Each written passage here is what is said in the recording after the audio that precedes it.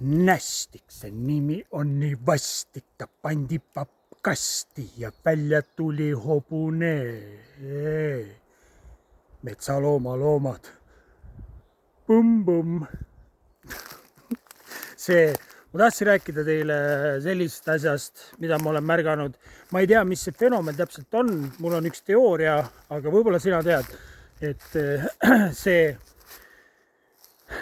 kunagi oli näiteks nii, et kui ma olen teinud nagu hästi heas energias või positiivses ja kõrges sageduses video, siis ma postitan selle ja siis tihtipeale sinna video alla tulevad sellised sapised kommentaarid, mis nagu madala, no mitte kõik, aga sinna satub tihedamini, ma olen märganud. Ja siis kunagi oli ka näiteks niimoodi, et üks inimene, kes tuli minu juurde nagu lähedane inimene, rõõmus, nagu rõõmsalt, elevil tuli minuga rääkima ja ma ütlesin talle midagi, mis tõi ta sageduse alla.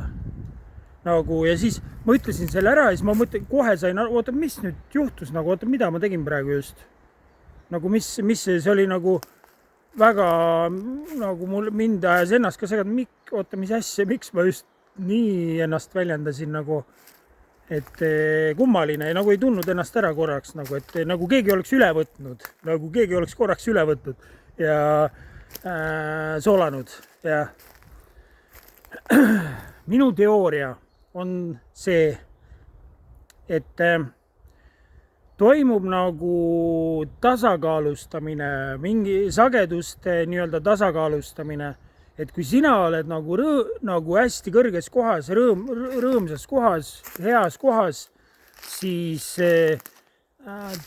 kuidagi teised inimesed alateadlikult, kui see reaalsus tahab hakata nii-öelda tasakaalustama seda, et oleks ikkagi see Harju keskmine, et ei oleks siin niimoodi, et üks on rõõmus ja siis teine kurb, siis hakkab toimuma selline sagedus tasakaalustamine. See on minu teooria ja ma ei tea, võib-olla sina tead paremini. Ma tean, mõned inimesed on öelnud, et kui nad on üksinda, nad hea meelega väldivad inimesi, nad on üksinda oma ette ja nad on heas, puhtas armastus, õnne seisundis ja nad ei taha üldse inimeste sekka minna selle energiaga.